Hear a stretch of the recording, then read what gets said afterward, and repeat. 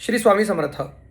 अनेक लोकांचे प्रश्न येत आहेत, गुरुजी अधिक मासामध्ये कुलदेवीचे दर्शन आणि कुलदेवीची ओटी भरली तर चालेल का? अनेक लोकांच्या सांगण्यातून येत आहे की अधिक महिना हा अशुभ आहे, त्यामुळे कुलधर्म कुळाचार करू नये किंवा कुलदेवीच्या दर्शनाला, देवाच्या दर्शनाला जाऊ नये.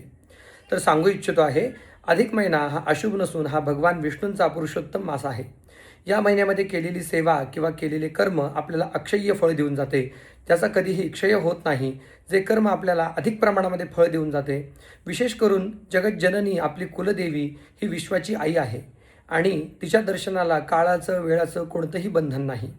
असं थोडंच आहे की अधिक मासामध्ये जर आपण देवदर्शन किंवा देवीच्या दर्शनाला गेलो तर देवी म्हणणार आहे का अधिक मासामध्ये तुम्ही माझ्या दर्शनाला आले आणि मी तुम्हाला दर्शन देणार नाही?